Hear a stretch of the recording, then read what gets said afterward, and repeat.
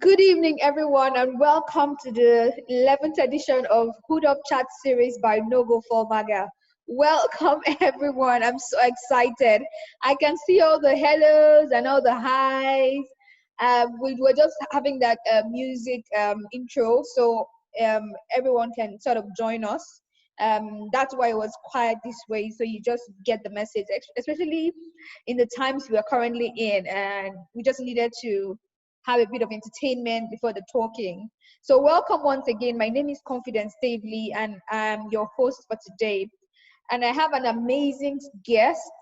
But before I get into the main conversation, I just wanted to also intro the host organization, which is No For Maga. We are a campaign that is an army of young people working together to drive awareness about digital fraud. Of course, also creating and giving education around preventive measures and protective measures people can take to protect themselves from cybercrime and cyber attacks, generally speaking. And one of the ways we are doing that is through this webinar. This webinar series, we've had 10 of them. This is the 11th one, and we've just been bringing on very awesome people to speak to us Friday after Friday consistently. So yes, that's what this is about. And No For Maga is an initiative of CyberSafe Foundation. So before we get into it again, we usually would just drop messages in the chat box and say where we are joining us from. It would be nice to see what cities you're joining us from. We've had people join us from many cities across the world, within Africa and outside of Africa. So let's play that usual game. Please just drop us the city. I'm really looking forward to seeing Moses from Kenya. He's a regular. I hope he's here. But let me meet more people. I can see some new names today. So let me know where you're joining us from. Just drop a city. That's all we need, just your city. And we can move on. Okay, Shegun is joining us from Lagos. Welcome, Shegun. Okay, great. So while we're waiting for more people to join and of course tell us what cities they're joining us from, we'll just get into it. Today we're speaking about domain name scam, a digital defense. Okay, Bolu, welcome. I can see you're joining us from Lagos too. Now, cyber attacks using domain names are commonplace among criminals. These fraudulent domains are used for a wide range of attacks, such as wire transfer fraud, phishing, counterfeit goods, good sales, scams, and other new attacks, like you know it. Now, such bad actors use social engineering to trick people into believing their domains are legitimate. This method is particularly attractive as domain names are cheap, easy to obtain, and most registrars offer privacy features. Yes. Now, cybersecurity firm Palo Alto states that over 70% of newly registered domains are marked malicious, suspicious, or not safe for work. Now, hence, this 11th episode in this series seeks to explore the ways malicious actors use domain names for their nefarious activities. Now, this webinar is going to provide clarity on domain name fraud and its intersection with social engineering by explaining what a domain is, by showing, of course, a sample URL and highlighting its component parts. That's protocol, the subdomain, the domain, the TLD, the file locator, and the resource.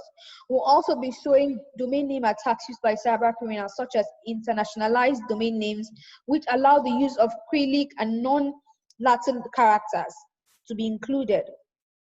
Now, we're going to be talking about TLD attacks. We're going to be talking about domain name shadowing. We're going to be talking about URL shorteners, all as tactics used by cyber criminals.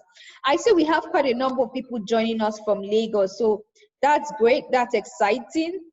That's awesome. We'd like to see more people. Just let us know what city you're joining us from. Now it's the time to actually talk about this, I guess. And really, this one is special for me because I have really looked forward to having a female guest speaker. I've been chic alone in this panel, in this side of the divide, and I'm really excited to have another lady. So that's a tip. It's actually a lady too that we're having today. So we're having two ladies. So I'm looking forward to that. Her name is Chikodili Ude. She's an information technology security analyst. She has quite a lot of experience heading been the principal instructor for Hardtails Workshop. She's been a master instructor at CC Hub. She's worked with Flexi Group. You know, she's been a front-end software developer, and she's quite qualified. So she's often called white hat hacker. And she's an amazing person. Her name is Chikodili Ude, and I am so excited to have her join us today. Welcome, Chico. Okay, hello. Hi, everyone. Hi, Chico. I don't know why confidence is speaking all these things because I'm not sure as much as referring to, but yes, my name is Chikadi, and I'll be your host for today. I'll be the one, I'll be giving you information about, or we'll be learning together basically about domain name terms and all what happens behind the scenes. Okay, before you go into that, let's gist a bit. You know, I've been meaning to have someone to gist with. All these men, they are too straight jackets. Now I've had a lady. Let's gist more. You know, Okay. Hush Puppy is still trending in Twitter, Nigeria. What do you have to say about this whole this gang? We're going to actually see today personally, I was very excited that he was actually apprehended. I was all over my Twitter, my social media page. I was just rejoicing. Like, I hope his sentence is at least 40 years, because it's giving us young people the wrong idea and the wrong mindset towards achieving goals. And it's not like there was anything special that the ring was doing. It's basically social engineering, and you know, all more often than not, we're answering questions, dropping digital footprints everywhere on the internet. And it's easy for somebody who is actually at the back end just gathering all those information to use it for something malicious. So we're going to be seeing some of that work today. So I guess you guys should get prepared. Awesome. We also like to play one game. And I'm not sure. I don't know whether I want to play that particular game. Okay, let me just play it, right? We want you to tell us 2 truths and 1 lie, and we're going to have to guess which one is a lie. Okay. Let me see. You know what? I was going to play Never Have I Ever, but I'm going to leave that for the next guest. I'm going to be so brutal with the next guest. Like, have you ever, never have I ever managed an infrastructure that has been hacked? Never have I ever, but a cybersecurity, never have I ever. Well, I think I'd prefer never have I ever, actually. Maybe the next guest can have the 2 truths and 1 lie. Okay, so we should do never have I ever, right? But we don't have alcohol there. Do you have alcohol? No, I don't. You see, that's the problem. We need to see you drink something. So don't worry, we are going to leave that for our next guest. So tell us 2 truths and 1 lie. 2 truths and 1 lie. I have experience with machine learning. Okay. I have worked with CC Hub. No, that's not so obvious a truth. I run my own personal workshop. Okay, so I won't say anything. Which one is a lie, guys? I want to know in the comment box. Use the comment box and tell us which of these 3 things she said that's a lie. 1, she runs her own workshop. 2, she has experience with AI, with AI and ML. 3, she's worked with CC Hub before. Let's go. Let's keep it active, guys. Let's keep it coming. Which of them is a lie? Respond. Leave your comment in the chat box. Let's leave our comments in the chat box. Yeah. Where are my people? Which one is a lie? Okay, she's worked with CC Hub before. Is a lie. Okay, good. So Femi has dropped his. Ikechuku. So we have 4 entries. I think that's enough for us to go forward. Which one is a lie? I'm not going to say it. I know the lie. Yes. AI and ML, Abi. Yes. I do not have experience with AI and ML. Oh, awesome. But is that sort of something that you're interested in, that maybe want to explore in the future? Yeah, most likely. But for now, there's a whole lot. You know, cybersecurity can sometimes come with a lot of information overload or information overload as case were. So Exactly. maybe sometime in the future, maybe a year, 2, 3 from now, I don't know. But it's something I'd like to do. Although I'm very much interested in reverse engineering as opposed to machine learning. So Okay. I guess I'll do that first before I move all the way to my AI. Awesome, awesome. So let's get into today's conversation. You have the floor. I'm going to just mute myself right now. Okay. So thank you guys for joining us. I'll just start by sharing my screen because I have a presentation that I would like us to work with. Okay, so as Confidence already told us, today we are going to be looking at domain name scams, a digital defense, how we can understand what domain name scams, what kind of domain name scams are out there, and how we can protect ourselves from these scams. So typically, domain name scams are a type of social engineering attack. For those of us that do not know, what is social engineering? Social engineering basically is, as it relates to IT, is the psychological manipulation of a person or group of people to divulge confidential information about themselves. So what this means is that, now let's break it down into smaller bits. Psychological manipulation. This means that the victim is not aware of what they are being put through. They're not aware of what they are doing. And then the second part is you need them to divulge information. So confidential information, not just any information. So we're talking about things like your credit card details, things like your credentials. You know, those are information that if you have in this modern world of everybody doing some form of business online, it's easy for you to, you know, if you have somebody's card details, you can just use those credentials to pay for stuff online, you know, defraud them basically. And we see this sort of attacks repeating itself over and over again. And then you ask yourself, oh, why would anybody fall for this? But the truth is, there are a lot of people that are not aware of how to spot these things and how to mitigate against them. And that's why social engineering attacks will always work, because there would always be that person who is not tech savvy enough to understand how these attacks work. And then they can't recognize it at first glance. So that's what we'll be looking at today. How are domain name scams perpetrated? How do we use these domain names to harvest information from unsuspecting victims? That's pretty much what we'll be looking at today. So basically, I want us to look at domain name fraud from two perspectives. Number one, as a business owner or a website or a domain owner, and as a user. Before we go into the fraud aspect of it or the scam aspect of it, what is a domain name?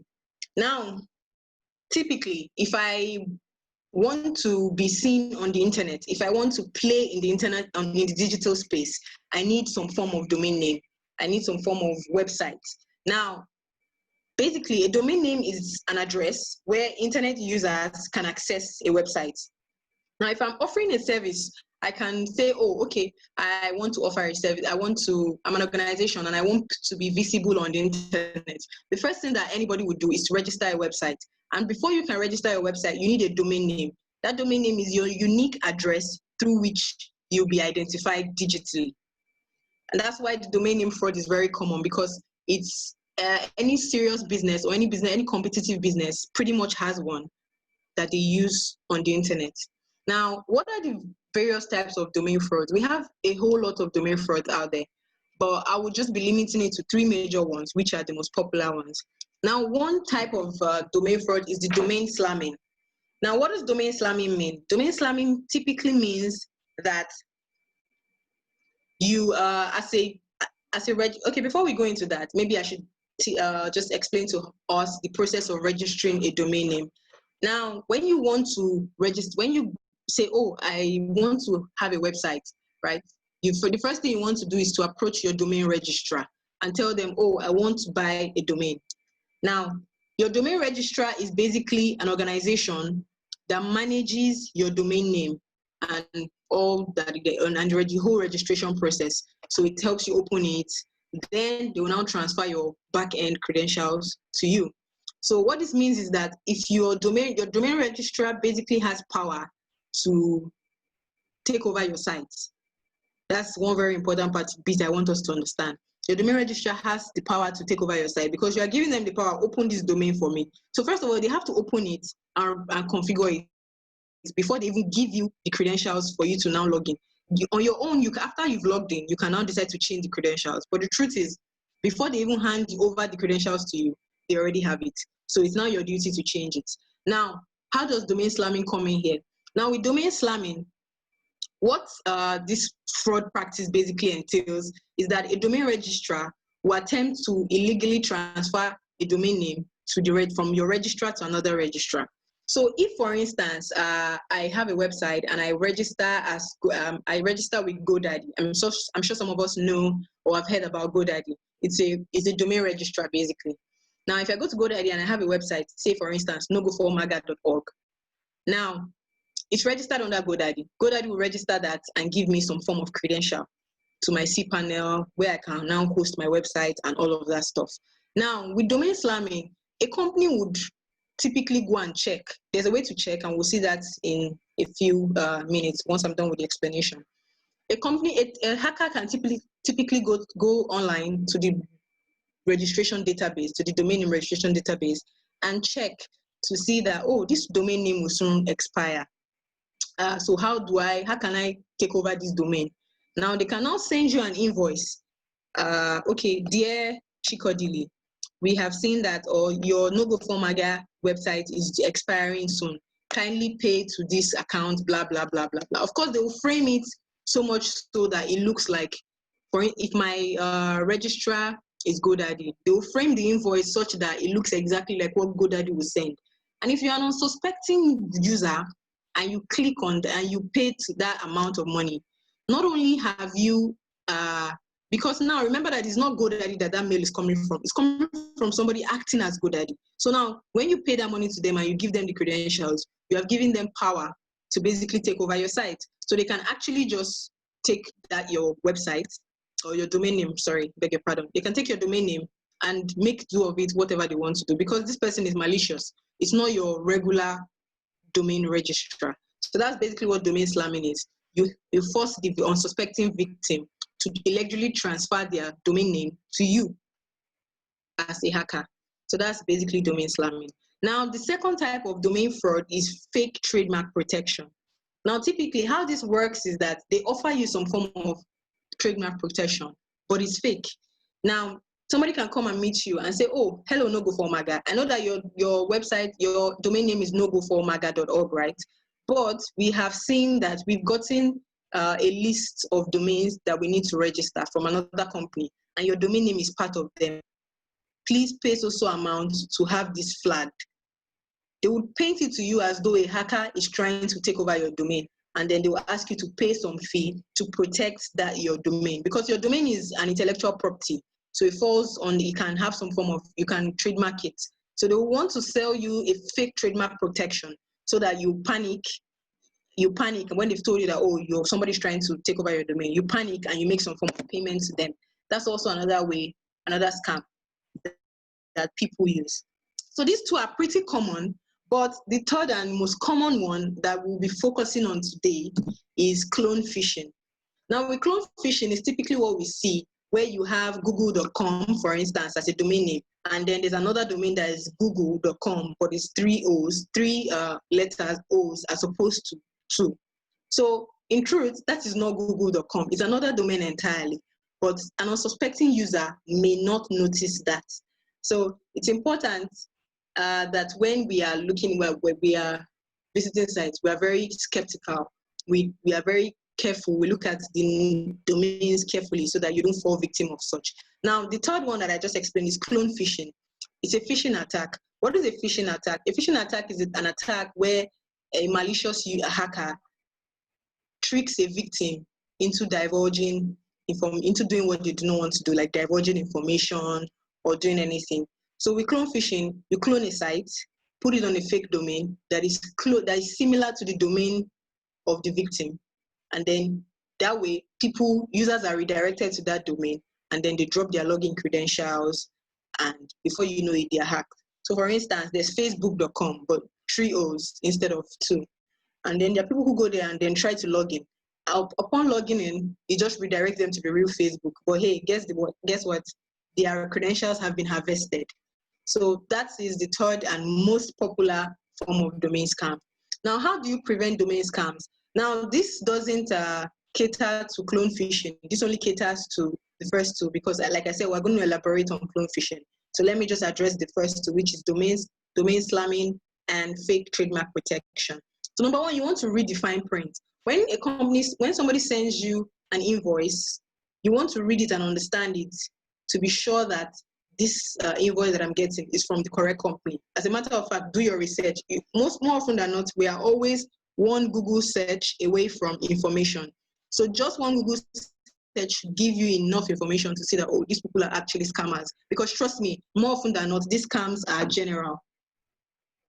More often than not, these scams are general. So you don't want a situation where you are just ignorant. So I always advise that you are always one Google search away from being hacked, something, especially when it comes to things like this. Now, the next thing we want to do is check the whois domain record of the domain. Now, so whois, there's a site called whois.net, which basically is a database that helps you search domain names, and you can see the registration details of those domain names. Now, this whois.net is also what your hackers use. These tools are available on the internet, but it's how the attackers use them that matters. And you can also use the tools to protect yourself. You don't exactly need to use the tool to hack anybody. You can also use that tool, the same tools that the hackers are using. If you know about it, you can use the same tools to protect yourself. So now, for instance, let us check, say, google.com.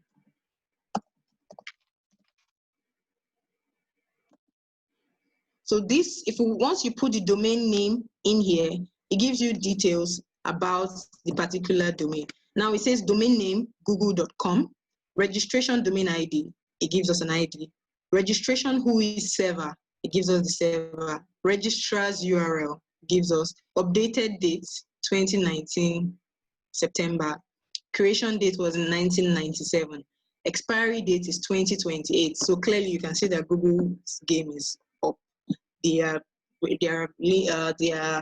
domain name is not, at least won't expire until 2028. And of course, they renew long before that time. And of course, we have some other information, the domain status. You can see that client delete prohibited, client transfer. So they've protected against deletion, transfer, updating, deleting, transfer, updating. They've protected against that. All of these are some form of protection that they've put on this particular domain to ensure that it cannot be transferred or deleted or updated.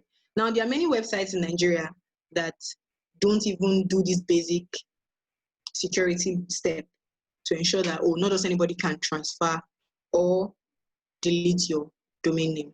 Now, you can see the registrars abuse contact email, contact phone number. So if you see a Google email that is similar to Google, you can always report with this number, which I think is a very smart idea. Now you can see here that this information is very minimal, and that's how it should be. You shouldn't have too much information. Now, on the other hand, let us try something more Nigerian.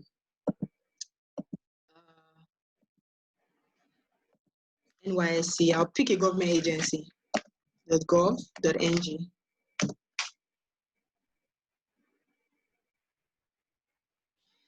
So now we can see here more information. Like I explained before, not everybody takes the security step. You can see that our dear NYC have not taken that security step, which we need to write to them about, obviously. So now, here we can see a lot more information. We can see the registrar's phone number. We can see the registrar's phone number here. We can see the registrar's contact email, domains@nida.gov.ng. So we can see the registrant's email, the private email, it's a Yahoo mail. We can see another phone number. So now this is basically what information that the hacker will be happy about, because they can harvest all of this information and now start to send the registrant email now, mails of an invoice saying, oh, you need to renew and blah, blah, blah. So now if they're not careful, because they've divulged unnecessary information here, which is actually wrong, if they're not careful, people can start to invoice a fake domain name renewal to them. So this is definitely a no-no in my opinion. So that's that about that. But the idea is on Whois, you can actually have enough information to see the registration details of a particular domain, and that way, that's how hackers use this for malicious purposes. So if you want to prevent domain name scams, check your Whois record. Make it a habit as a domain admin to check the Whois record, or when the domain expiring, and then make a meltdown note. So that way you are not just working on thin air, like you don't know what's going on. Then 3 is to file a dispute. If you notice that your domain name has been cloned or something, you can file a dispute using this link. And of course, there will be steps on how to resolve it. So now, the next and most important one is from the user perspective. Before we already discussed as a business owner. Now from the user perspective, typically, as a user, how can you fall victim to domain fraud? Now, the way you can fall victim to domain fraud is, according to proof points, 85% of businesses have been cloned. It said 85% of business sites have been cloned. What that gives you is staggering 8 over 10 business sites actually do have a clone. So there's a chance that your fave business account obviously has a clone. So if you're not careful, you can actually go to the clone account as opposed to the real account. Now on the web, how can we access websites? Basically, is through URLs. So that's one of the ways that attackers use to defraud victims, through the URL. They just send you a URL that is fake, and then if you are unsuspecting, you just go to that URL, and before you know it, your credentials are being harvested. So the first thing we want to do is break it down. What is a URL? How can we identify a URL? How can we identify proper URL, the ideal URL, so that we know that, oh, this is not a phishing link, or this is not a phishing URL. So the first thing is, of course, I'm sure some of us have we hear the word URL, but we may not exactly know what a URL means in the term itself means. So now, basically, the URL is the key concept of the web. It's the method by which your browser retrieves published information on the web. So if I publish my site, chikodyude.com, on the web, how will anybody access it? By going to their browser and typing www.chikodyude.com / maybe blog or something. Then they get access to my site. So basically, URL stands for Uniform Resource Locator, meaning that it's uniform in the sense that if I'm in Nigeria and I type chikodyude.com, it takes me to the same place. If I'm in Russia and I type chikodyude.com, it takes me to the same place. So it's just basically a resource locator that is uniform. That's what URL simply is, the short form of URL. The long form of URL is Uniform Resource Locator. Now, basically, it's just an address that helps you access given resources on your web. Now, what are the parts of a URL? Because it's important we know the parts of a URL. If you know the parts of a URL, it's easier for you to spot a phishing URL when you see it. Now, the first part of a URL is the protocol. Now, what is a protocol?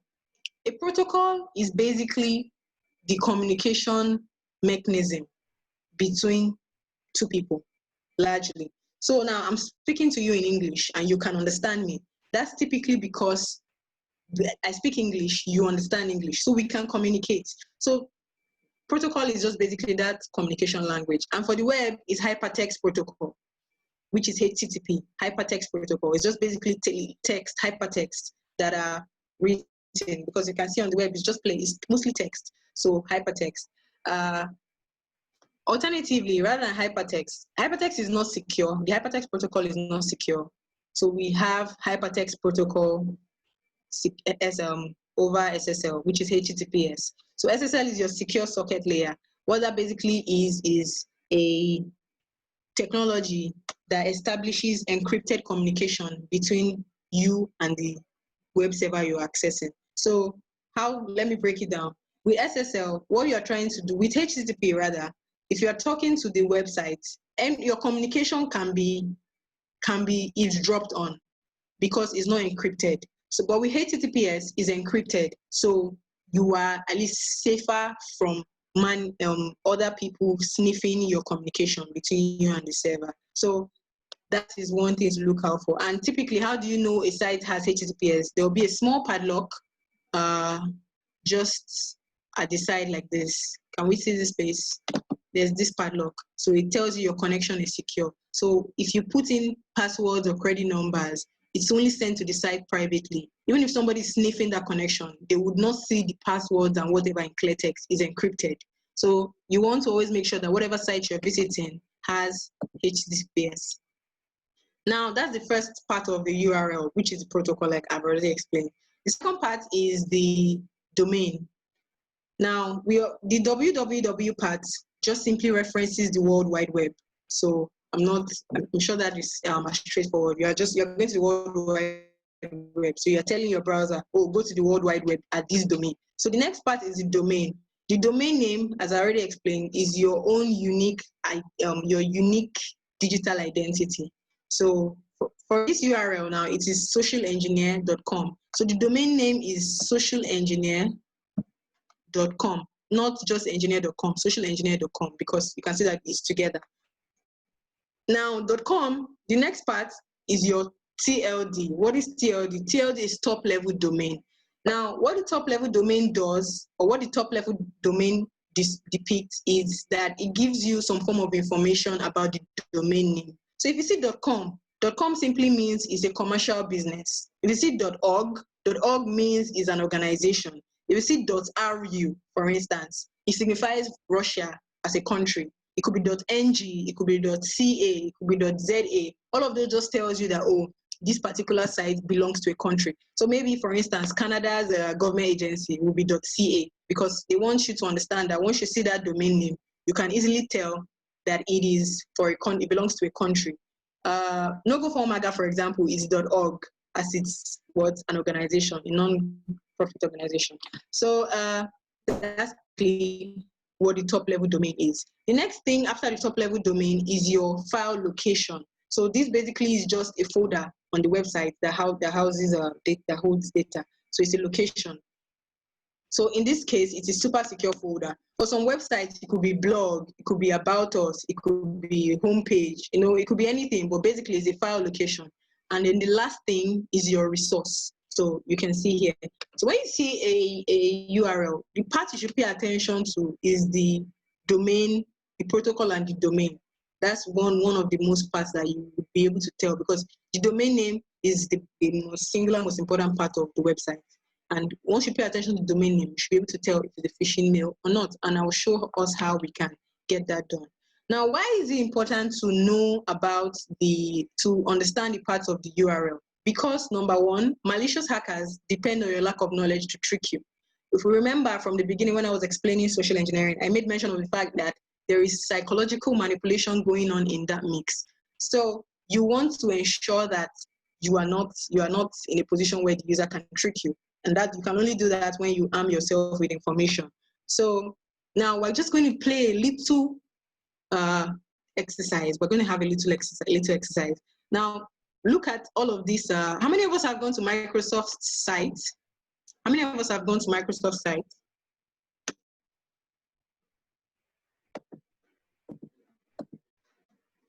You can answer in the chat box.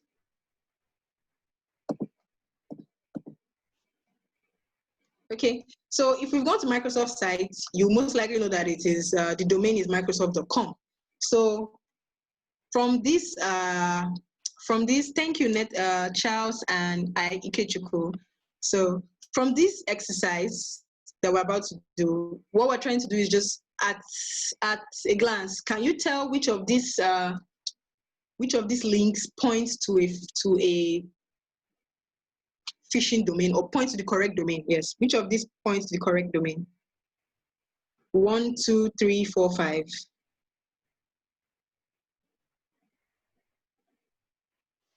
I'll just give us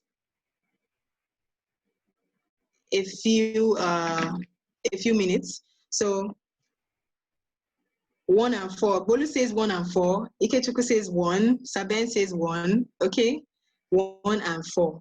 All right. So if your answer was 1 and 4, you did a good job. So let's just go back to it.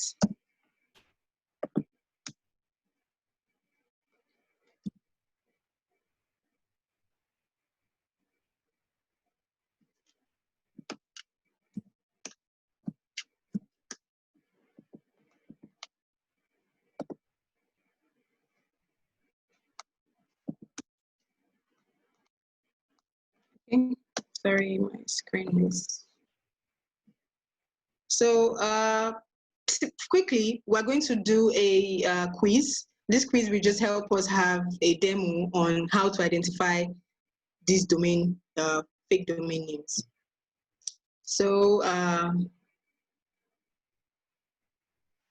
would send the link in the chat so that anybody you can always take it yourself.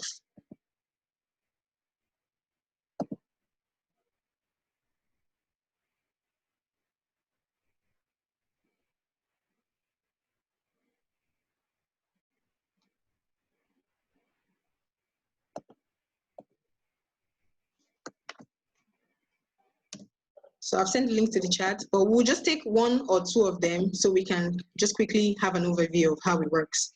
So let's just take the quiz. So go for my guy. Now who chat 11.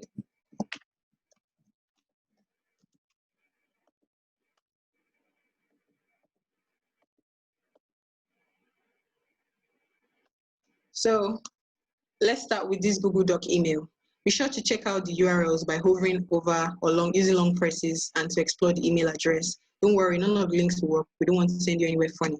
Now we want to check, is this a phishing mail? How would you know if it's a phishing mail? If the URL in the mails points to a domain that is untrusted. So first of all, let us look at this particular domain, luke.jason8000@gmail.com. Well, we're not exactly sure. It could actually be a legitimate mail. But now, how can you tell that you have a phishing mail? Now, usually when hackers get to use create URLs, they want to send it to you in form of mails because that's pretty much how you can talk to somebody. Or it may even be a WhatsApp message or something. But the point is, those URLs that are in there that take you to a particular address, you need to pay attention to them so that you don't get hacked. So now when you see a link, the first thing you want to do if you're on a laptop is to hover over the link.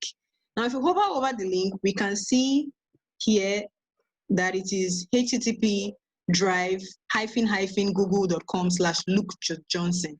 Now, looking at this URL, this is typically a phishing URL because it's clear that Google Drive doesn't use drive and 2 hyphens google.com. Google Drive doesn't do that. I think it's drive.google.com, but you can always verify so that you are not doing the wrong thing. So for me, I would say it's a phishing mail. So yeah, correct. This is a phishing mail. You must have spotted the lookalike URL. So now, if I've sent the link to the chat, so you can always take this. There are 8 questions there, 8 quizzes, and I'm sure by the time you are at the last quiz, you'll be able to decipher for yourself phishing URLs when you see them. Now, the second thing I want to quickly demo is how attackers generate domain names and the tools which we can use. Now, this is just one of my labs, and it's Kali Linux operating system that is there. So I just want to demo one of the tools that I use. So one of the tools that attackers use to generate URLs, to generate domain names. Beg your pardon.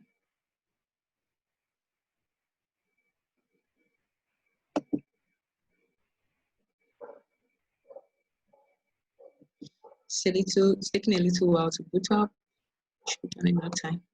Okay, so typically, the name of the tool is DNS Twist. DNS Twist. So you can Google that on your own later. So how it works is basically you call the file, the Python script. The Python script by Mac. and then you put the domain name. For instance, I could do what domain name can I use? Let me just use this .com.ng. So now what this does is it takes this domain name and tries to do different permutations that are possible with that domain name. So it uses different methods. It can use removal methods. For instance, it may remove one letter, or it can use addition method. It can add one letter, or you can use homoglyphs. Homoglyphs are special characters. So instead of E, you can have E with an hyphen, or E with a dot under, those kind of different characters. So that unsuspecting users won't see it. And then the good part is that when it finishes out doing all the possible permutations, it now goes ahead to search for everything online, and it will tell you which ones are currently active. So you can even see at a glance if somebody is actually hosting a cloned site, your clone site. If you see a site that is very similar to your own, maybe Hacktails with an additional s.com.ng, you can tell immediately, like, oh, what is this site up to? And you want to go there to check. So if you see that the site is doing exactly what you are doing, you can now report that site that, oh, dear ICANN, that's the registering body, please take down this site for so and so reasons, and then you plead your case. So once it's done with the permutations, it will list them all here for us, and then we can go over it. So please just give it a few minutes to get that sorted.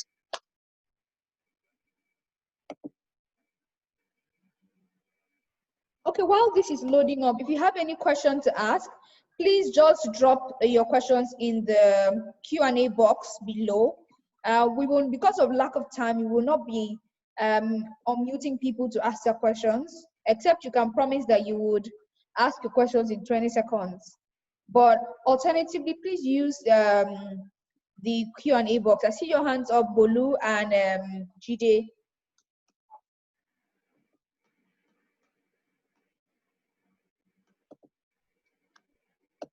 Please ask your question using the chat box. That'd be very welcome. Okay, Jide, I can see. What would you like to know?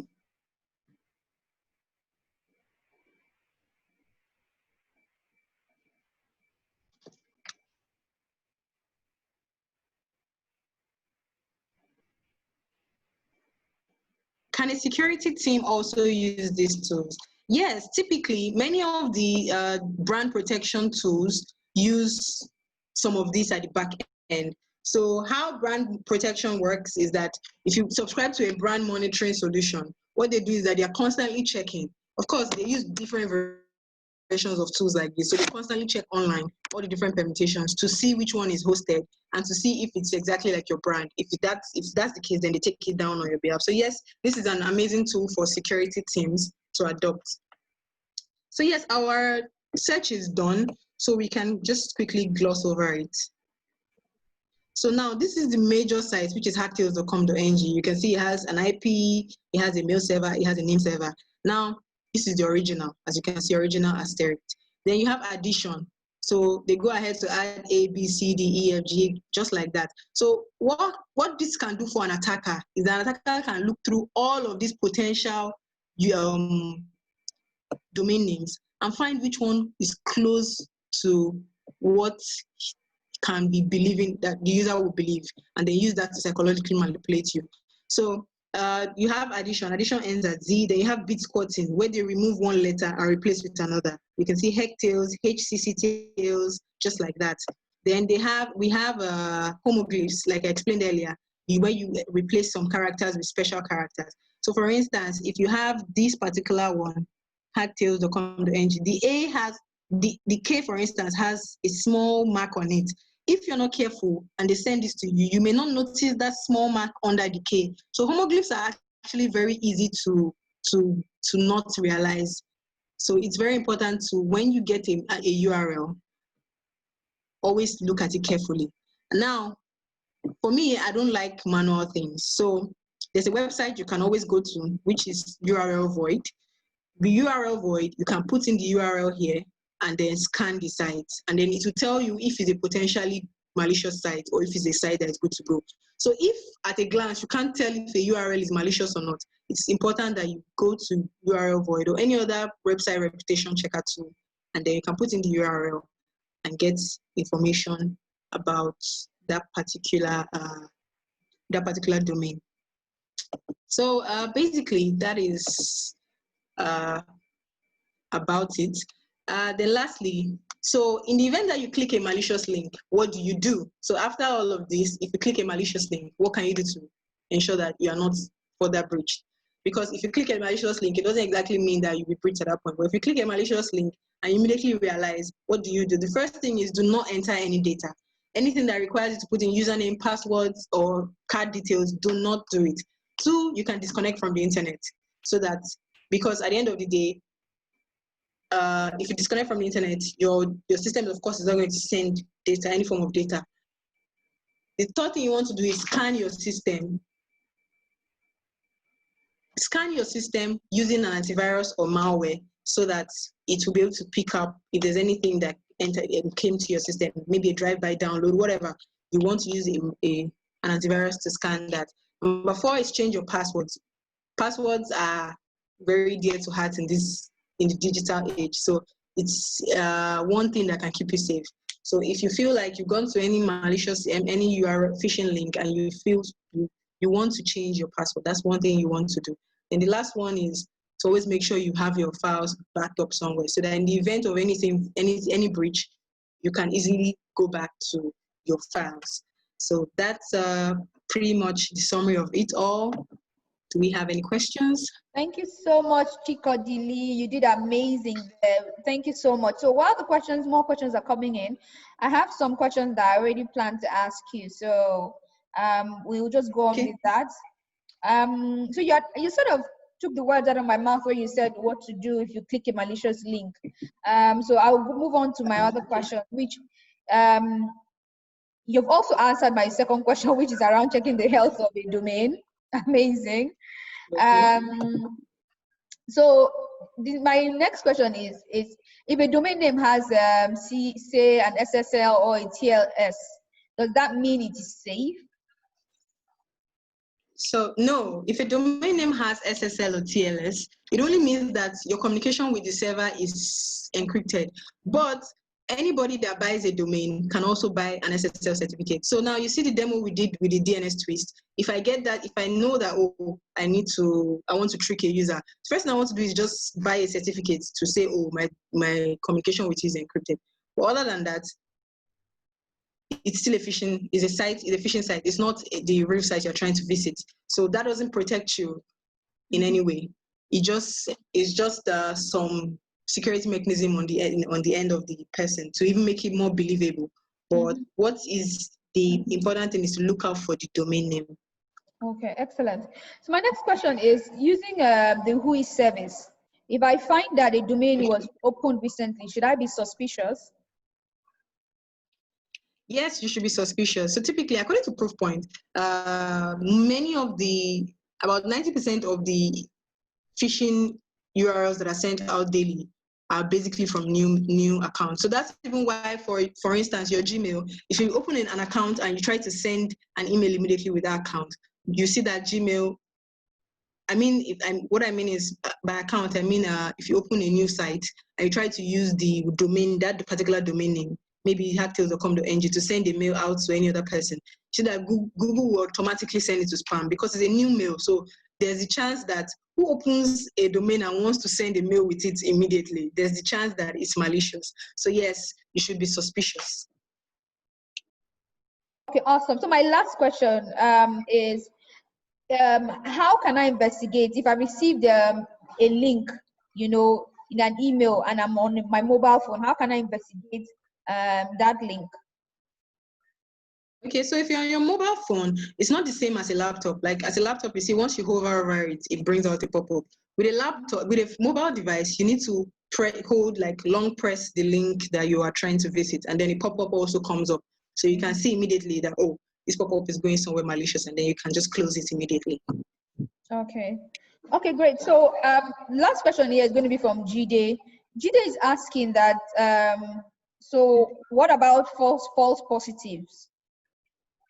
So if there's a domain and it's a legit one, but it's flagged, that's a false positive.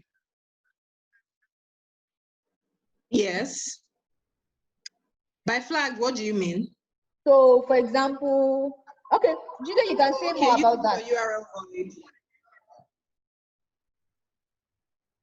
Hello? Hello? Yeah, I can hear you. What did you say last? Okay, so I was saying that, so you mean as with regards the... Okay, let me to unmute him so he can the... ask the question. Let me unmute him really quickly. Okay. Yes, Jide. Okay, that's fine. Jide, you can talk now. Okay, hi. Hi, Jide. Hello. Yeah. First off, I'd like to say thank you for the insight. I think I've been able to learn at least way more now about identifying domains and whatnot. But the question I was going to ask was, so there's a way we can search for domains, right? And I'm saying, and it gives us similar domains. So I'm saying, how about cases of false positives? How about when we go, say, for example, we search for a logo format. How about there are other domains that are similar, but they're not exactly spam? They're also owned by other people, even though they are very similar. How do we deal with false positives, basically? Okay, so the way URL void works is that it aggregates information from different cloud providers. So if we go back, although I'm not sure we have time to demo that, you see that it goes through all the threat intelligence of many OEMs and gathers the information. So as long as the domain is legit, you most likely would not find it under the malicious URL button, under the malicious URL group. You see that it will be, even if it's similar to yours and is legit, then it would not fall under that because they aggregate information from over 20 to 30 OEMs. So there's no way that the 20, 30 OEMs would flag a particular website as malicious when it's not. Okay, great. So does that answer your question? Yeah, he's muted. I think he should. Someone else is asking here that are there viable remedies to having your system falling into the hands of a malware? I'm not sure I understand a lot about that question. I mean, someone is asking here that are there viable remedies to having your system falling into the hands of a malware? He's saying here that there are ways to prevent someone's system from being infected by malware. Are there protective measures? Yeah, so the first thing you want to do is have an anti-malware or antivirus solution on your system, because that's the first. Okay, he says not prevent. Golu, please, can you explain your question a little better so that we can understand? Okay, I'm just going to mute him really quickly. Golu, okay. Go ahead. Okay, can you hear me? Yes, we can hear you. Yes, I can hear you. Okay, so I mean, when you have already, let's say you by mistake clicked a link that installed a malware on your system and you didn't even know about it. Like, I'm talking about after the fact. Let's say you've already caught the virus. What do you do? Because most times you don't even know the malware is there or anything. Somebody is controlling your system from somewhere. I don't know if you get what I mean. Okay, yeah. So if you remember, we said disconnect from the internet. Now that's the first thing you want to do if there's anything on your system. First of all, disconnect from the internet, because the only thing that is connecting your attacker to you is internet connection. If there's no internet connection, your attacker doesn't have access to your system. But of course, I know that in this day and age, our systems literally work when we're almost always connected to the internet. So the first thing you want to do is disconnect from the internet, then get an antivirus solution, even if it's a free one, to first of all scan your system generally before you now even try to do higher level of troubleshooting. But the first thing is disconnect from the internet and then run a scan using your antivirus. Right, so the very last question is coming from someone called Techno Camon. He says, I want to ask about emails that don't have TLS. Does that mean our communication isn't encrypted? I noticed one of my bank's mails doesn't have TLS and the padlock isn't locked. What do you think is wrong?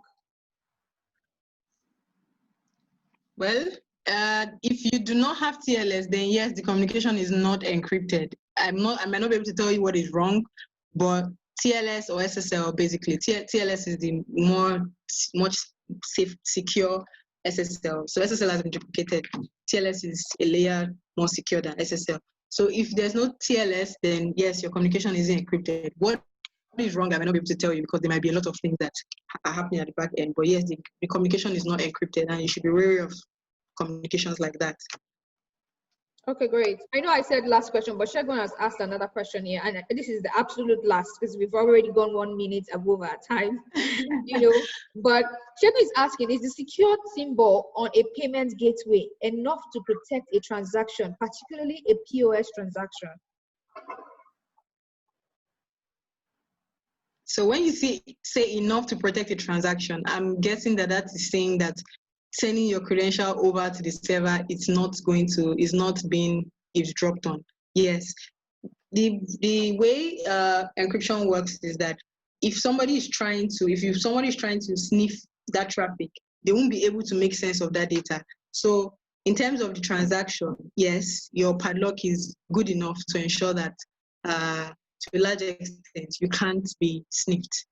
So your details and your credentials is between you and the server. If on the server end, they don't now protect the information that you sent properly, then there's that one is a different topic entirely. But between you and the server, that encryption goes a long way to secure the transaction. Awesome. Thank you so much, Chikodili. We really are appreciative of your time and your patience answering all the million questions we had. We enjoyed your presentation. We enjoyed the activity. And someone else even asked about it, and I just provided the link once again. It's it's a tool I actually use during cybersecurity awareness. So I was very excited when I saw that you pulled it up here. Thank you so much. And thank you so much, everyone, for joining us and staying with us till the very end. I want to ask that for everyone who has had a nice time learning here and just interacting with us and everyone else on the webinar, just don't forget to go on social media and give us your feedback. Tell everyone in your sphere of influence how great this event was. Follow us on social media. We are active on Instagram, Twitter, Facebook, YouTube, just name it, any top platform. We are in full ground. Follow us at No Go For Maga. Also follow Chikodili. She's going to be sharing her social media handles if you have more questions for her. I've just pasted the link for our YouTube channel, which will allow you to watch the repeat of this. We're going to publish it. We're going to post it on our link on our YouTube. So if you go back in a day or two from now, you're going to see this full webinar replay there. And then you can always just subscribe and make sure that you don't miss any of the videos we post. Chikodili, thank you so much. Maybe you can share your handles so people can also get to follow you and get to know more about the work you do. She's a consultant, by the way, so if you have any opportunities that she can provide a service, I'm sure she's more than happy to give you an ear. Yes, thank you. And please follow No Go For Maga. They do amazing work. I remember seeing their book one time. I think I should even just upload it or send a link. And I was like, who are these young people doing amazing work like this out there? So yeah, they are doing pretty fantastic work, and thank you so much. You don't want to that. Thank you so much. Thank you so much, Chikodili. Thank you so much, everyone. Bye for now.